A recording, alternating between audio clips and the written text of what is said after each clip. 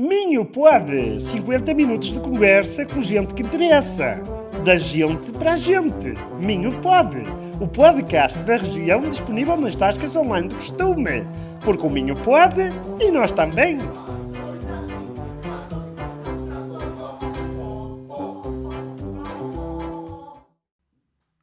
Olá, o meu nome é Miguel e bem-vindos ao podcast Minho Pod. Hoje temos connosco o Alberto Barbosa, que é o presidente da Associação dos Amigos dos Caminhos de Santiago de Viana do Castelo e que é um apaixonado pelos caminhos de Santiago e pelas rotas e é o gestor do albergue de peregrinos de Caminha. Mas melhor do que eu, para falar sobre quem é o Alberto, é o próprio Alberto. Alberto.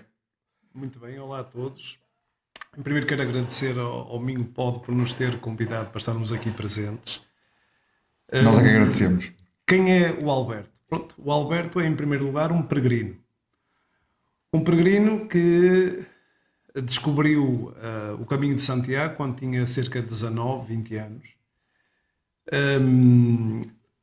Isso aconteceu devido a ser um jovem daqui da paróquia de Santa Maria Maior, que é aqui próximo de onde nós estamos, e na altura, juntamente com um grupo da paróquia de Arque, fizemos o caminho de Santiago a partir de Valença. Mas antes disso, o Alberto também é uma pessoa que trabalha na área comercial, que fez um percurso de vida também ligado à gestão e que, após ter feito o caminho de Santiago chegou a Viana do Castelo, juntamente com outro amigo chamado Hugo Pastor, e começámos a questionar, será que Viana do Castelo também é caminho de Santiago? E nós tínhamos ouvido qualquer coisa, que Ponte de Lima também já passava por lá o caminho e tal. Começámos a pesquisar e descobrimos que aqui em Viana do Castelo já tinha havido umas pessoas que tinham estudado isso, nomeadamente o senhor chamado professor Manuel Inácio Rocha, e também havia um grande precursor, um grande arauto do caminho de Santiago, que era o falecido Dr. Francisco Sampaio. Ok, nós então, eu e esse meu colega, o pastor, e pá, nós descobrimos que agora que aqui há caminho de Santiago, e se nós sinalizássemos o caminho? Já viste que espetáculo, se pudéssemos umas setas amarelas? Aquela coisa, aquele espírito de aventura. Isto faz-me lembrar um bocadinho o Indiana Jones na busca do caminho perdido. Do caminho perdido, exatamente. Que no fundo é o caminho da costa. Sim, que é o que hoje chamamos caminho português da costa. Pronto, e nós começámos a fazer essa sinalização do caminho a partir de Castelo de Neiva até Valença.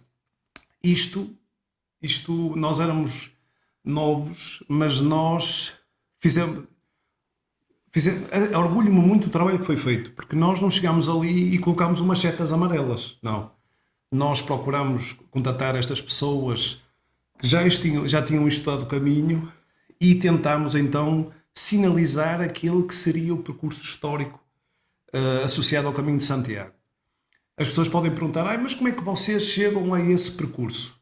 Pronto, há toda uma história no percurso delineado pelo caminho de Santiago, que vai desde as igrejas por onde ele passa. Geralmente são igrejas que têm, como diz, oráculo o Santiago, ou então podem ter santos associados à peregrinação cristã, como era o São Roque, ou então, por exemplo, Nossa Senhora do Caminho, como existe, ou Nossa Senhora da Guia. Depois também existia as alminhas, que também muitas vezes nós vamos nas ruas e nós aqui no Alto Minho vemos muitas alminhas, e muitas vezes as alminhas estão associadas à peregrinação, a pessoas que passavam lá a peregrinar. Temos também depois os relatos que existiam nas paróquias, que chamam os assentos, onde estavam os peregrinos, onde há registro de peregrinos que passaram ali, que faleceram e que foram ali enterrados. Temos também de batizados, pessoas que iam ao caminho de Santiago e que foram batizados em determinada paróquia. Pronto, tudo isto junto, e mais os cruzeiros, etc. Pronto.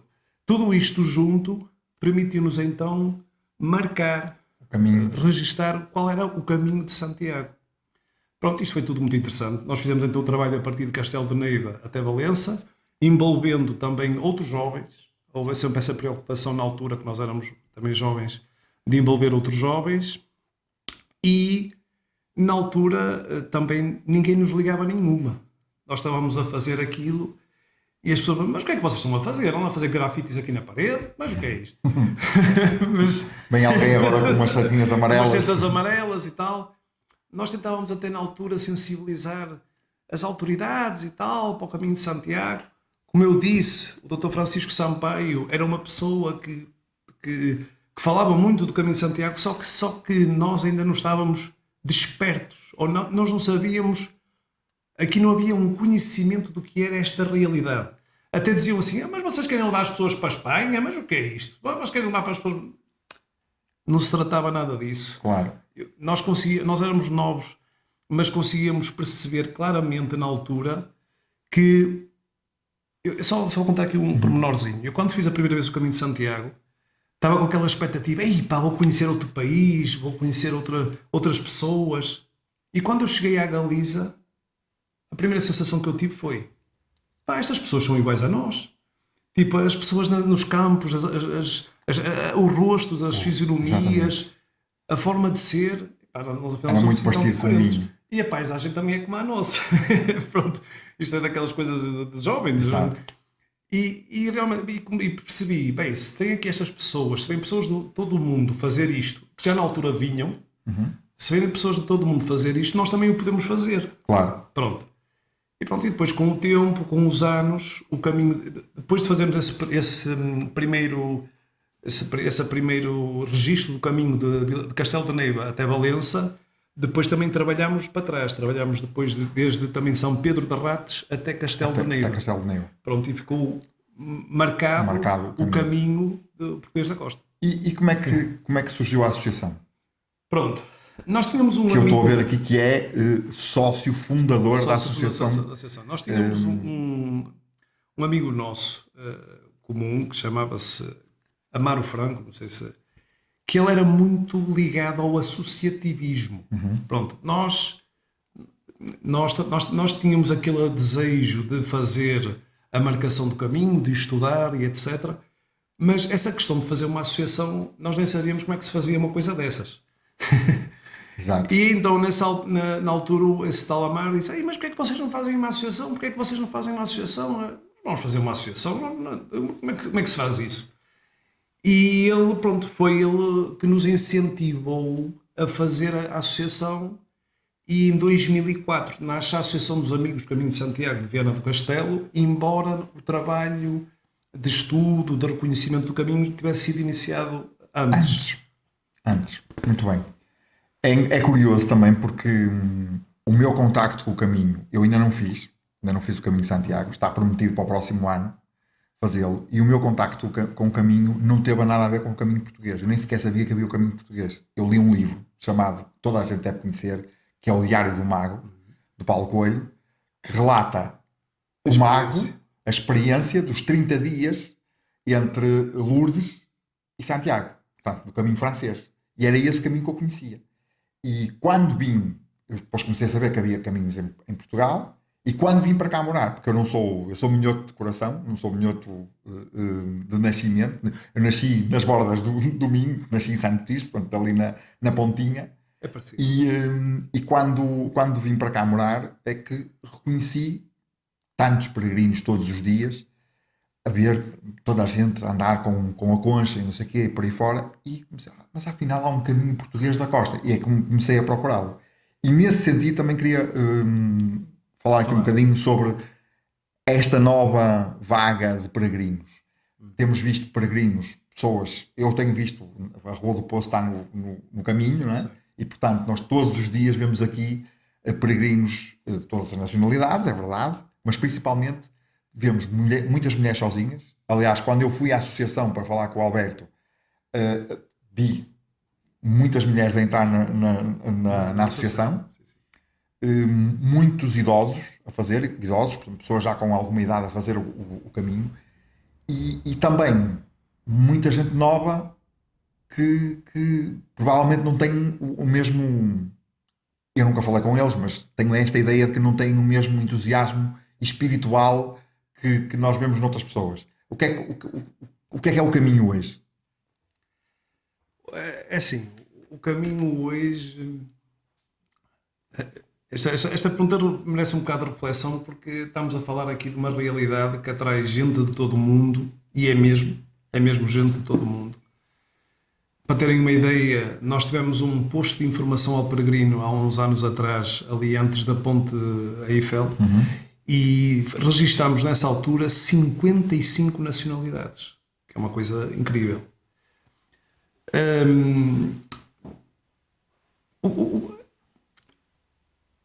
Muitas vezes as pessoas que vêm fazer o caminho, elas vêm...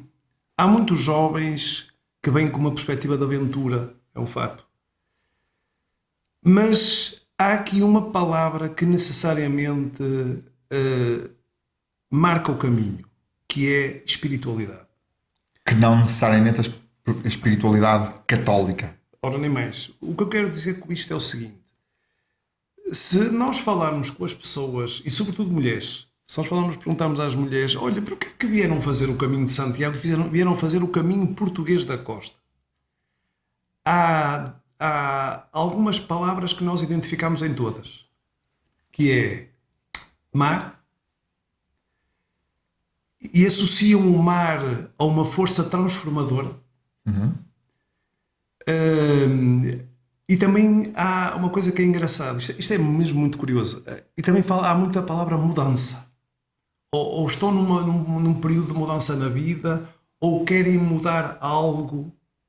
E porquê é que eu digo que isto é tudo, porquê é que eu disse agora que isto é muito curioso? Eu tinha uma madrinha minha que já faleceu, que ela costumava dizer que, Alberto, a história repete-se.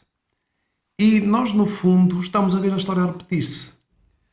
Porque quando nós falamos que o caminho de Santiago é um caminho de peregrinação cristã, mais no passado se utilizava mesmo este termo, o que é que significava a peregrinação cristã?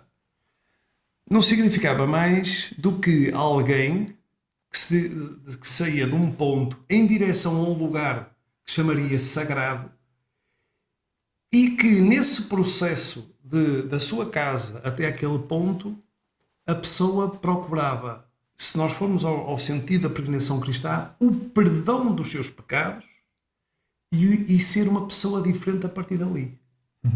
Ora, nós hoje vemos praticamente a mesma coisa, só com outra roupagem. Com outra roupagem, exatamente. Nós hoje vemos exatamente a mesma coisa, só com outra roupagem. As pessoas... Há uma frase que eu gosto muito no Caminho de Santiago, que se costuma ouvir, que é: não importa como se começa, importa como se acaba. Muitos começam como não sendo peregrinos, como estando ali com um espírito de aventura, um espírito desportivo, mas acabam como peregrinos.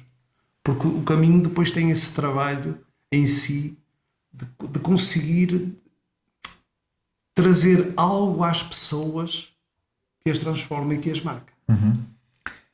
E o que é que acha? Eu tenho uma curiosidade relativamente ao caminho, que é, quase toda a gente fala no mesmo, que é a chegada à catedral. Eu já estive em Santiago, gosto muito da cidade, gosto muito da catedral, e vi, quando lá estive, a chegada dos peregrinos. E vê-se um brilho diferente no olhar das pessoas quando entram na catedral e entram, porque há um caminho por aquilo que era anteriormente. Agora não sei como é que é, porque entretanto também temos a pandemia e por aí fora, e por isso agora não sei como é que é, mas naquela altura havia um caminho próprio só para os peregrinos para entrarem dentro da catedral, só entravam se tivessem a credencial. O que é chegar a Santiago? Muitas vezes chegar a Santiago é tristeza. Já acabou. Porque já acabou. Exato. Porque, ao contrário do que se possa pensar, o caminho de Santiago muitas vezes não é o Santiago, não é a catedral. É o caminho. É o caminho. É a experiência do caminho que marca as pessoas e que as faz querer repetir. Porque isso é outra coisa que acontece muito nos peregrinos. Eles repetem depois outra vez. Exatamente. E pronto, e depois de chegar, há sempre... Sabe, eu uma vez tive uma peregrina, não sei se me estou a alongar muito, mas eu uma vez tive uma Estamos peregrina... completamente à vontade. Uma vez tive uma peregrina que encontrei em Valença, que estava no albergue de Valença. Ela estava desorientada, estava triste, porque tinha-se perdido Houve ali uma história com o namorado, que ela veio pelo lado do caminho português da costa e o namorado foi pelo caminho central e combinaram encontrar-se os dois em Santiago. E era a primeira vez que ela estava a fazer o caminho. E ela estava muito triste porque tinha-se perdido, sentia-se só, estava mesmo com vontade de querer desistir. E pronto, quis o destino, quis Santiago, quis a vida, que na altura eu e um grupo de amigos meus nos cruzássemos com ela no albergue de Valença. E uma das coisas que ela me disse que eu achei muito curioso foi: estou aqui, pá, disseram que o caminho nós sentíamos uma coisa, tcharam, uau, e não estou a sentir nada, eu estou mesmo triste, isto é duro, é difícil e tal. Eu disse assim: olha, eu vou dizer uma coisa, a maior parte das vezes que eu fiz o caminho senti-me como tu, mas a questão não foi o caminho, não foi o que eu estava a sentir no momento, foi o que eu senti depois. E a maior parte das pessoas é isto que acontece. É depois do caminho. Depois do caminho, nós há tipo um sentimento de uma nostalgia, uma saudade. Começa a vir à nossa mente as imagens do que vivemos, o acolhimento que tivemos. E é isso que marca as pessoas. É essa experiência após caminho. E curiosamente, esta pessoa que eu estou a falar, que ela queria desistir, depois desistiu, chegou a Santiago, encontrou-se com o namorado em Santiago e o caminho de Santiago transformou mesmo a vida dela. Ela vivia numa grande cidade, saiu depois dessa cidade e foi viver para Arcos de Valdevez. Foi assim uma coisa incrível. Ok, então agora vamos falar um bocadinho, já que falámos sobre os albergues, vamos falar um bocadinho do albergue de Caminha. O que é gerir um albergue de peregrinos? Gerir um albergue de peregrinos tem sido um processo.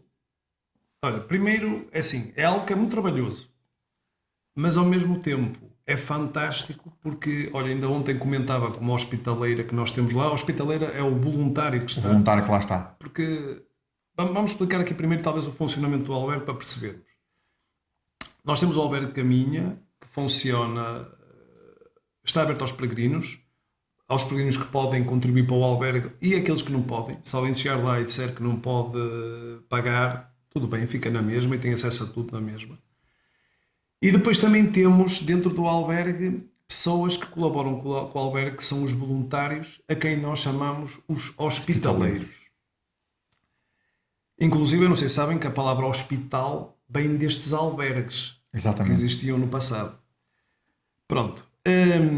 E o albergue, apesar de ser algo que dá muito trabalho, porque aquilo passam ali todos os dias dezenas de pessoas e é preciso ter aquilo limpo, é preciso ter aquilo, há sempre uma manutenção que é preciso fazer, há sempre, termos de ter uma pessoa disponível para receber e para atender. Nós, apesar desse trabalho, e atenção que não sou só eu tenho uma equipa comigo fantástica, convém dizer isto. Nós também temos depois os voluntários, e temos voluntários nacionais, mas também temos voluntários da Polónia, dos Estados Unidos, da Itália, do Brasil. Temos gente de todo o mundo que vem colaborar no albergue e que está ali 15 dias, uma semana, como voluntário. Eu posso dizer que nós este ano tivemos o ano todo até agora sempre só com voluntários. E já tivemos voluntários dos Estados Unidos, tivemos vários nacionais, espanhóis também, pronto. Mas esses voluntários vêm fazer o caminho e depois ficam no albergue durante aqueles 15 não dias? necessariamente. Ou vêm porque... Pode acontecer isso. Pode acontecer também. Mas também temos casos, por exemplo, nós há 2 semanas atrás tivemos uma voluntária americana dos Estados Unidos que veio de propósito só para o albergue para Isso ser é curioso, voluntária. porque como é que as pessoas se conectam para isso acontecer? Isso, pronto, há informação, o albergue coloca nas redes sociais que Ok. precisa de voluntários e depois há pessoas que se candidatam, que nos enviam, que se oferecem, mas também depois entre voluntários eles falam uns com os outros. Exato. E passam a mensagem. Ou seja, há um bocadinho a publicidade boca a boca. Boca a boca, pronto. E o que acontece aqui, que é fantástico, é que, e não ter comentado isso com uma hospitaleira, como estava a dizer, no albergue eu encontro o melhor do mundo. Isto é, o melhor que o humano pode ser encontra-se ali. Estamos a falar de hospitalidade E estamos a falar de hospitalidade generosa e pessoas que estão ali, efetivamente, não estão a fazer um frete, elas estão ali porque querem estar. E depois existe também no caminho de Santiago toda uma dinâmica, que eu não tenho problema de dizer, uma dinâmica de amor, de fraternidade. Isto existe muito e esse espírito está muito presente e torna o albergue um espaço muito especial. Isso é mesmo muito curioso, até porque muitas vezes nós, ao pensarmos em fazer o caminho, estamos a pensar, do ponto de vista financeiro, de como é que vamos organizar o caminho, como é que vamos fazê-lo, e a existência dos albergues acaba por ajudar um bocadinho, porque, embora se cobre, o valor que se cobra não é a mesma coisa que se cobrará num hotel, é muito mais económico. E por falar nisso, agora lembrei-me de uma coisa importante também, que é a perspectiva económica à volta do caminho. Isto é, o caminho nos últimos, vamos dizer, vamos tirar a pandemia, ok, os 2 anos da pandemia, vamos de 2015 até agora. Vamos dizer 5 anos, tirando os 2 anos da pandemia. Há um crescimento económico, nota-se uma diferença no crescimento económico, por exemplo, de cidades como Viana do Castelo ou como Ponte de Lima, embora Ponte de Lima seja o caminho central, suponho eu.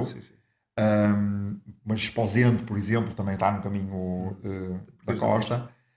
Há um crescimento económico que está ligado ao caminho. Isto é assim, há muitas pessoas, há algumas pessoas ligadas ao caminho de Santiago, assim, que mais pessoas ligadas a associações que muitas vezes não gostam de falar nessa perspectiva económica do caminho. Mas eu não tenho problema nenhum em falar nessa perspectiva económica e até incentivo-a no aspecto de... O que é que eu quero dizer com isto? O que é importante no caminho, isto é assim, mas é uma coisa, é importante nós sabermos e defendermos e protegermos a tradição do caminho. Certo. O caminho de Santiago, o que o faz especial, e não só uma rota ou um percurso, um itinerário que se caminha, é todo um simbolismo, todo um ritual que existe à volta do caminho, que é muito interessante. Falta-me a referir à credencial do peregrino, ou colocar a credencial, que é vamos dizer, um género de documento, há quem chama um passaporte, que identifica o que aquela pessoa, quem chama um peregrino, está a fazer o caminho de Santiago, e por onde ele vai passando tem que colocar carimbando, que vai comprovando. Há depois as setas amarelas, que também é algo que faz parte da tradição do caminho. Há a hospitalidade, que é algo muito característico no caminho. Depois há a Compostela, que é quando o peregrino chega a Santiago, dirige-se à chamada oficina do peregrino e pede um documento que comprova que ele fez o caminho, e aquele documento está todo escrito em latim com o nome dele, a evocar a antiga tradição. Há o abraço ao Santiago, a chegar a Santiago. Há o botafumeiro, que é um incensário ou um grande turivo, que há a missa do peregrino. Há depois também, se quisermos, outras coisas que estão associadas, por exemplo, a queimada galega, que também está associada muito a este ritual. Caminho. Quer dizer, há depois todas as igrejas que estão ligadas ao caminho, com toda uma arquitetura medieval, muito interessante, cheia de história. Há todas as lendas associadas ao caminho. Nós sabemos, por exemplo, que a lenda do Galo de Barcelos é ligada ao caminho de Santiago. Matosinhos, o nome Matosinhos está ligado à tradição de Santiago. Tem a ver com as vieiras. A vieira de Santiago não foi algo que nasceu em Espanha, foi algo que nasceu em Portugal. Em Portugal. Eu podia contar isso, mas pronto. Há aqui, é como digo, há toda uma história, toda uma tradição ligada ao caminho que é preciso saber proteger e guardar. Não fazer tudo, não dizer que isto é tudo caminho, não. Há que tentar perceber, naturalmente, a história está presente, porque isso é manter viva o caminho. Agora, o que é que eu verifico também? Eu verifico também que naqueles espaços mais comerciais também se começa a verificar uma certa conversão ao caminho.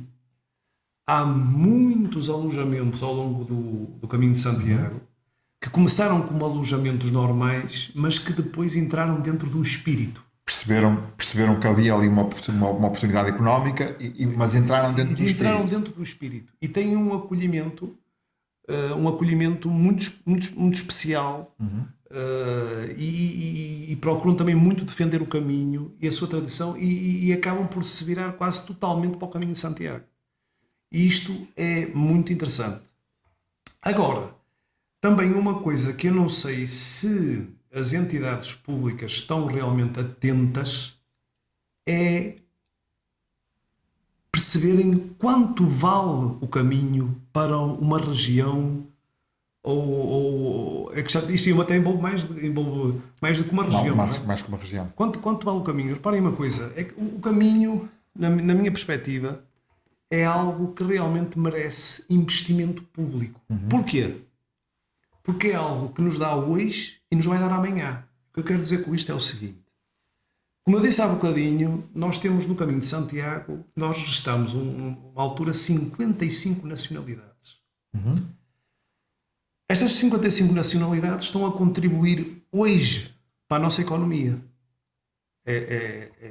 Não é? Eles vêm, eles vão gastar transportes, em primeiro lugar, depois comida. Há comida, há o alojamento, há aqui uma variedade de coisas.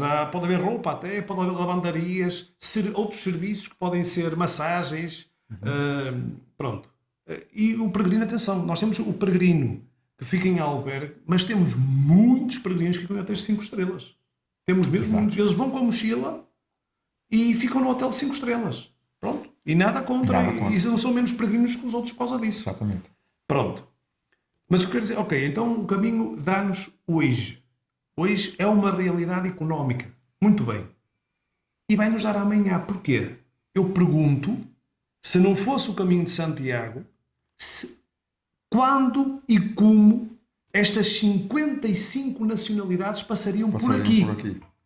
Exato. Passariam por aqui, por Esposende, por Nova Cerveira, por Caminha, pelas mais variadas terras e terrinhas. Não é?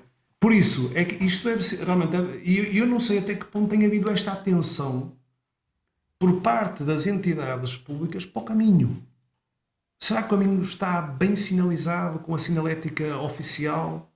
Será que estamos a ter todo o cuidado de garantir a melhor segurança? Há aqui vários aspectos que têm que ser vistos, porque para mim isto é que é investimento público. Garante-nos o hoje e o amanhã. E agora, um bocadinho dentro dessa cena, da questão económica, há uma questão que divide, ou digamos assim, que é um bocadinho polémica hoje em dia relativamente ao caminho, que é um bocadinho o aproveitamento que Espanha fez em pôr a rota a passar por um sítio que ela nunca passou, não é? Que pôr as pessoas a atravessar o Rio Minho para o lado de La Guarda e pôr as pessoas a passarem por aquele lado, quando o caminho passa a caminha, de facto, mas vai a Cerveira e depois segue para Valência, e só aí é que entra em Espanha, por Tui. O que é que...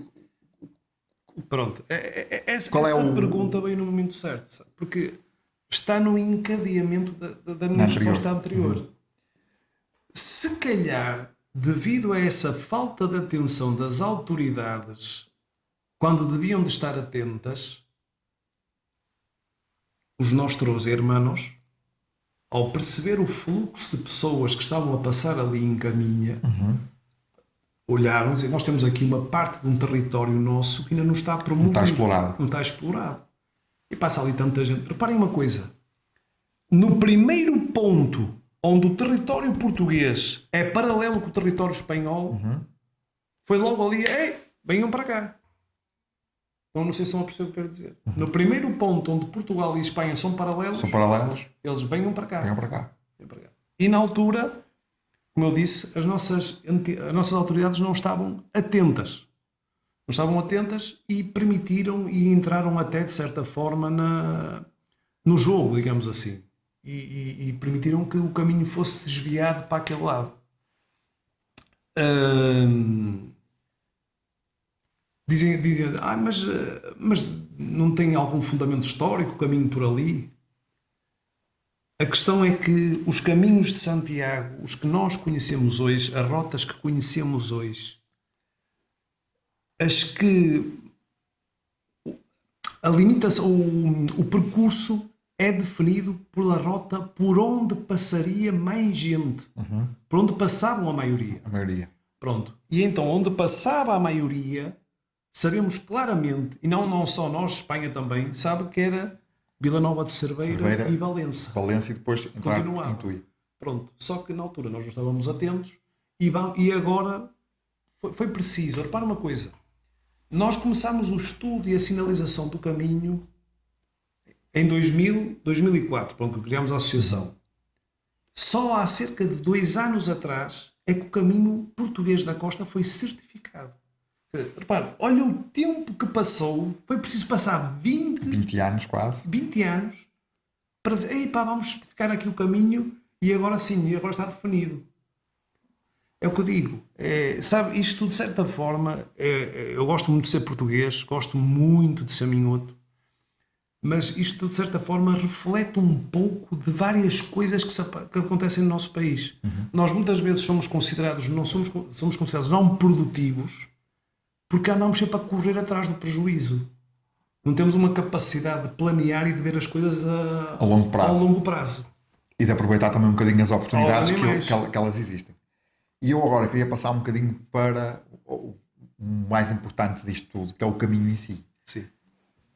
A história mais brutal que lhe aconteceu no caminho. Uma. Pronto, eu já há bocadinho contei uma história de uma peregrina. Exatamente. Pronto, eu agora vou contar também uma história que não se passou comigo, mas passou-se com uma hospitaleira. O caminho de Santiago, uma palavra que nós ouvimos muito no caminho de Santiago é coincidência. Isto é, as pessoas dizem, pá, que coincidência. Aliás, se falar com outros peregrinos, eles vão lhe dizer necessariamente que aconteceu alguma coincidência. E isso também faz com que o caminho seja especial. Mas eu não sei se tem a ver com coincidência ou se tem a ver com o fato das pessoas estarem mais despertas no caminho. Os seus sentidos. Não é? Como saem daquele ruído, saem do barulho do dia a dia e de repente estão só focadas no meio, estão só a olhar para a natureza. Há todo um ambiente que relaxa as pessoas e se calhar faz com que realmente, pá, já viste que coincidência? Essas coincidências se calhar acontecem outras vezes. Pronto. Mas então eu vou contar aqui uma história de uma hospitaleira que realmente parece mesmo que há muitas coincidências no caminho. Que nós temos uma hospitaleira chamada Rolanda, que ela a uma altura estava no albergue e chega lá um senhor francês com 2 filhos e um dos filhos tinha um certo atraso. A Rolanda, como sempre, muito simpática, atendeu, esteve a falar com o miúdo que tinha um pouco de atraso e aquele miúdo, passado uns largos meses, estava em França, na escola, e disseram, olha, vamos fazer uma carta de Natal para quem vocês quiserem. E ele lembrou-se, olha, vou fazer uma carta de Natal para a Rolanda. Mas ele, da Rolanda, o que é que ele sabia? Sabia que ela chamava-se Rolanda e que ela estava no albergue. Pronto. Não sabia mais nada. Não sabia mais nada. Ok. Então o miúdo escreve uma carta, um postal, para a Rolanda a desejar um bom Natal. Não, aliás, ele no postal diz que gostou muito de fazer o caminho, que gostou de ter conhecido a Rolanda, que o pai dele também era hospitaleiro em França, também fazia voluntariado no albergue e que pronto, que esperava que ela estivesse bem e desejava-lhe um bom Natal. E o miúdo no postal pôs apenas Rolanda, para a Rolanda, hospitaleira de Viana do Castelo. Nem de caminho era. Ele lembra, foi em Viana, hospitaleira de Viana do Castelo. Naturalmente, um postal destes dificilmente chegaria ao destino. Primeiro, o albergue é de Caminha, não tem nada a ver, não é de Viana do Castelo. E depois, lá está, aquilo nem tinha código postal, e Portugal também, não é? Claro. Mas não tinha código postal, não tinha nada. Bem, o fato é que ele enviou o postal e o postal, não sei como, chega aos Correios de Viana do Castelo, não é? Normalmente nestas coisas, as pessoas que recebem as correspondências, pá, isto não tem código postal, não tem aqui nenhuma morada específica, manda para trás. Pronto, chegou aos Correios de Viana do Castelo e provavelmente quem olhou para o postal dizia Rolanda Hospitaleira de Viana do Castelo. Pá, hospitaleira, isto deve ser para o hospital. Manda um postal para o hospital. Manda um postal para o hospital e chega à recepção do hospital. Sim. Rolanda Hospitaleira de Viana do Castelo. Pá, nós temos uma Rolanda na farmácia. Será ela? Manda o postal lá para a Rolanda, para a farmácia.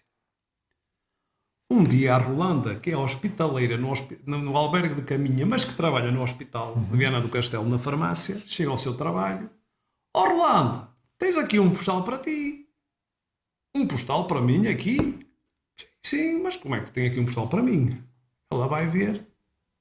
E era o postal do miúdo que chegou às mãos dela. E nós dizemos assim, pá, como é que isto foi possível? As coincidências. É aquelas coincidências do caminho. O postal, eu desconfio que ela podia estar no meio da montanha com as ovelhas a fazer o pastoreio, que o postal chegava lá. Provavelmente o postal lá, de certeza. teria lá chegado. E eu também queria explorar aqui um bocadinho qual é que é o objetivo da associação para os próximos anos. Qual é que é o vosso sentido, porque, na verdade, um dos propósitos já está mais ou menos cumprido, que é o propósito de marcar o caminho, de pôr o caminho visível para toda a gente. Já há aqui uma certa interação com os peregrinos, que cada vez é mais importante. E o futuro? Pronto, o futuro passa muito por manter, como eu disse há bocadinho, a tradição. Defender a tradição do caminho, porque é importante que não se perca, porque se perde, perde-se o caminho. Esse será também sempre um dos nossos objetivos.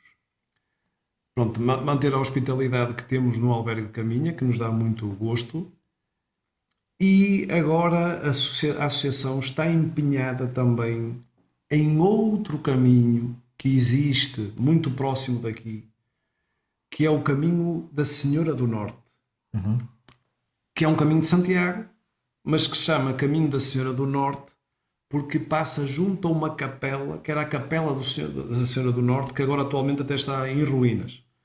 Capela da Senhora do Norte, e chama-se Senhora do Norte porquê? Porque pensa-se que ficou com aquele nome porque dizia-se muito, olha, caminho para Santiago, é para norte, é para norte. E então associou-se àquela capela, procura a Capela da Senhora do Norte. Pronto.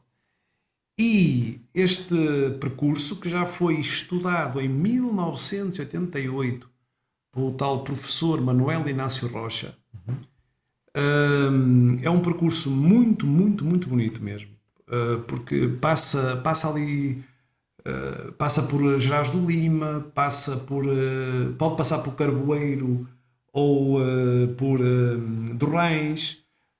Depois desce até Lanheses, junto ao rio, passa na barca desce em Gerás do Lima até junto ao rio e passa na barca para Lanheses, depois vai por Vilar de Morteda, passa por uma zona, sempre, é um caminho pouco urbano,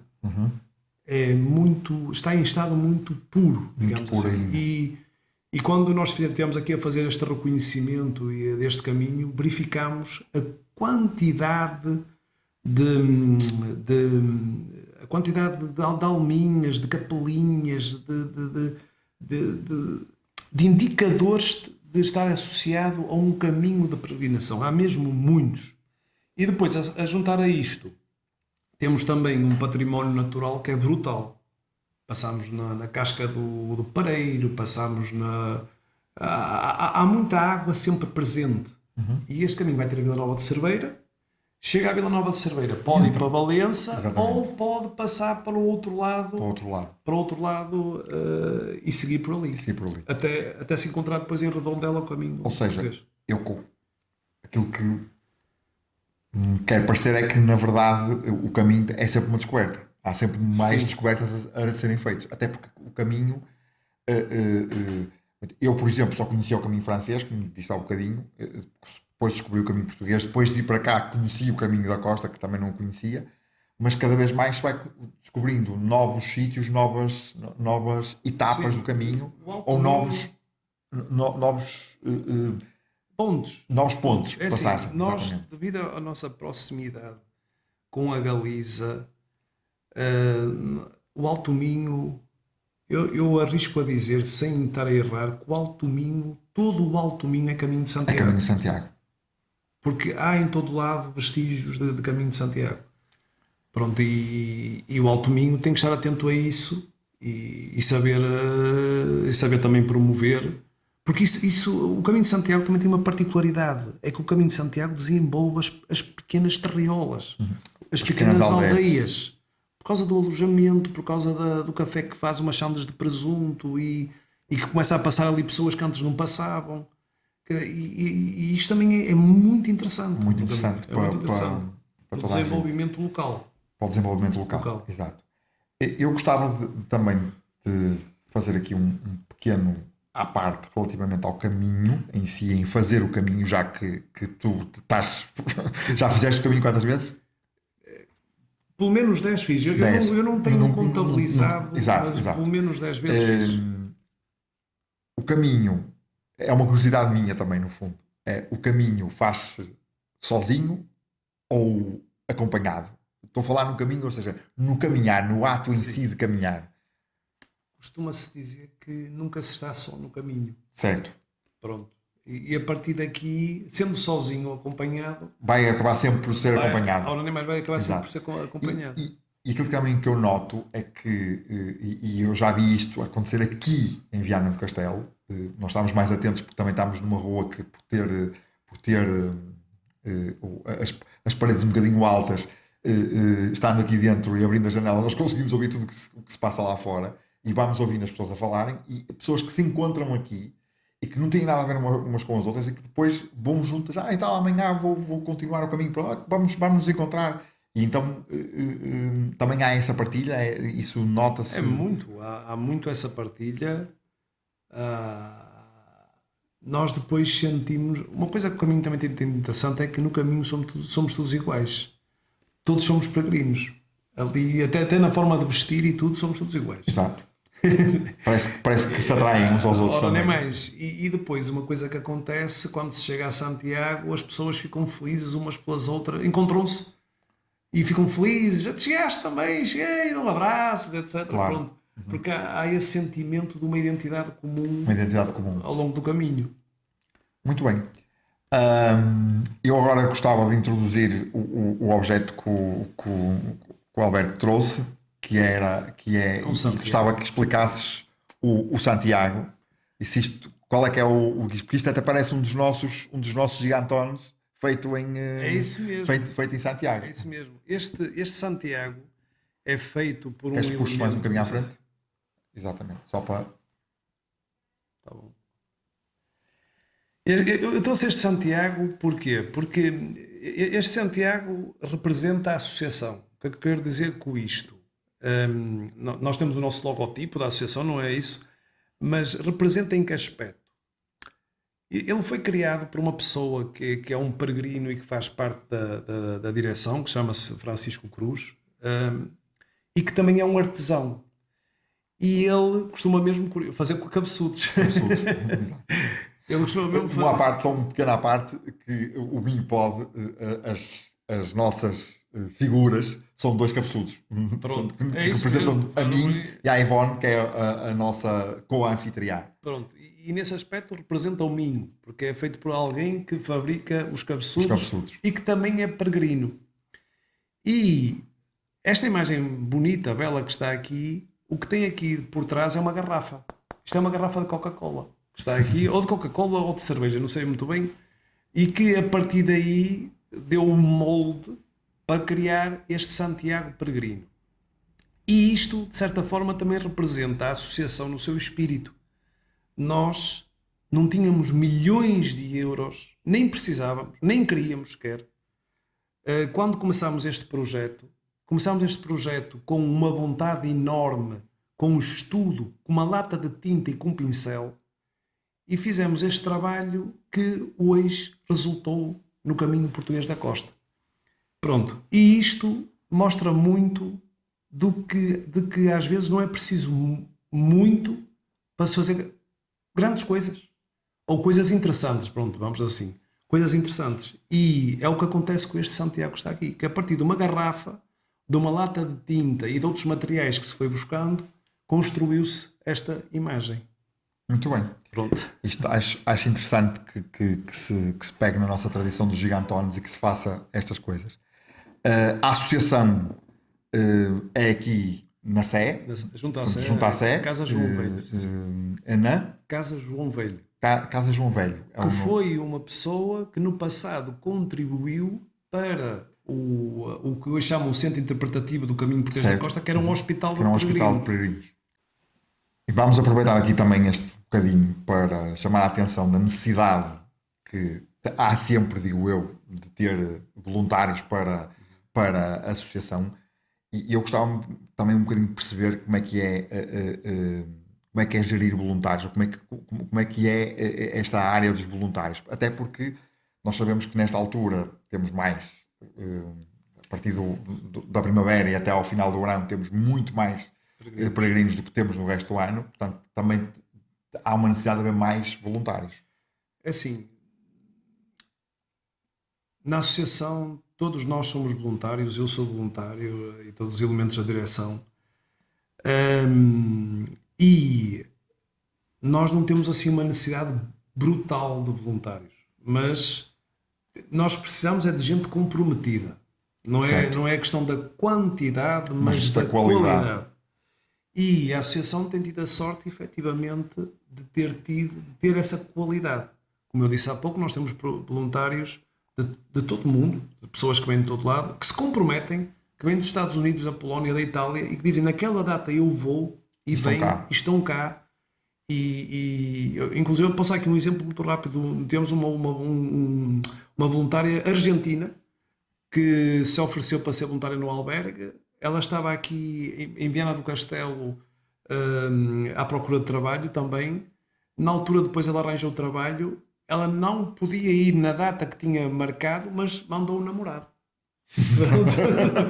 Pronto. Ela não podia, mas mandou alguém. Isto é compromisso. É compromisso. Isto é compromisso. Exatamente. E é destes voluntários que a associação precisa e procura. Pessoas comprometidas. Não é fácil, muitas vezes, não é fácil de gerir. Não, estamos a falar de pessoas, é sempre difícil. E quando de voluntários ainda mais, porque as pessoas estão ali de livre vontade, não é? Mas mesmo assim, pronto, acaba sempre por ser um trabalho gratificante, porque acabam sempre, no fundo, também por ficar os melhores. Certo. Certo. Porque aqueles também que não têm muito interesse ou que percebem que aquilo não é para eles, acabam por não voltar. Pronto. E isso é muito bom. Nós temos a nossa página da internet, que é www.caminhosantiagoviana.pt. Não vamos pôr nas notas do episódio. Depois. Que temos lá um formulário que as pessoas que queiram ser voluntárias preenchem aquele formulário, aquilo depois chega ao nosso e-mail e a partir daí depois é estabelecido um contacto para serem voluntários. E como é que se processa, só para fechar aqui este tema dos voluntários, já estamos quase no fim do nosso podcast, do nosso episódio, como é que se processa a questão de, por exemplo, o voluntário vem, vamos dizer, dos Estados Unidos, bem por sua própria conta e risco, chega cá e vai estar aqui tipo 15 dias. Nesses 15 dias a alimentação e a estadia dele, como é que se processa? Pronto, isto é assim, nós no nosso, geralmente esses voluntários que vêm do estrangeiro é para o albergue. E nós, não significa que nós não tivéssemos a possibilidade também de poder tê-los aqui na nossa sede. Certo. Mas precisávamos de aumentar as nossas instalações para ter também uma parte de alojamento. Que por acaso eu já pedi isso. Vamos ver se nos atendem ao pedido. Pronto, nós no albergue de Caminha temos lá uma área específica para o hospitaleiro. Aquilo é como seja um T1. Dentro do albergue tem uma parte com cozinha, quarto de banho individual e quarto para ele. E pronto, e a partir dali ele pode ficar ali e se pedir-nos, se disser que também quer um apoio para a alimentação, nós também damos esse apoio. Mas, curiosamente, a maior parte dos voluntários, uma grande parte dos voluntários que vêm, não quer apoio. Ainda dá. Há uma coisa incrível até. Há voluntários que não me perguntam se têm que alugar um hotel para ir fazer voluntariado no albergue. Eles dizem, não, é preciso alugar um espaço, um hotel, para eu, um quarto para eu estar. Não é preciso. Tem no albergue Tem um espaço albergue para espaço si. para ele. Exato. Muito bem. E agora vamos fechar aqui um bocadinho o nosso podcast de uma forma que nós gostamos de fazer, que já começa a ser o nosso slogan do podcast, que é eu vou-te dar uma expressão tipicamente minhota e tu vais traduzi-lo para português. Ok. Ok? A expressão que eu escolhi para ti é cabaneira. Ok. Que é o quê? Cabaneira é uma pessoa que se gosta de falar da vida dos outros. E para além de falar da vida dos outros, também espalha brasas. Espalha brasas, espalha coisas sobre os outros. Que é outra expressão que não sei se é nossa, espalha brasas. O espalha brasas é um bocadinho já mais generalista. Pronto, isto é uma maneira de nós também mantermos vivas as tradições do Minho, porque este podcast é sobre pessoas do Minho e sobre pessoas que vêm para o Minho e que fazem coisas pelo Minho, e pessoas inspiradoras e histórias inspiradoras, e neste caso eu queria te agradecer por ter estado neste podcast, pela partilha.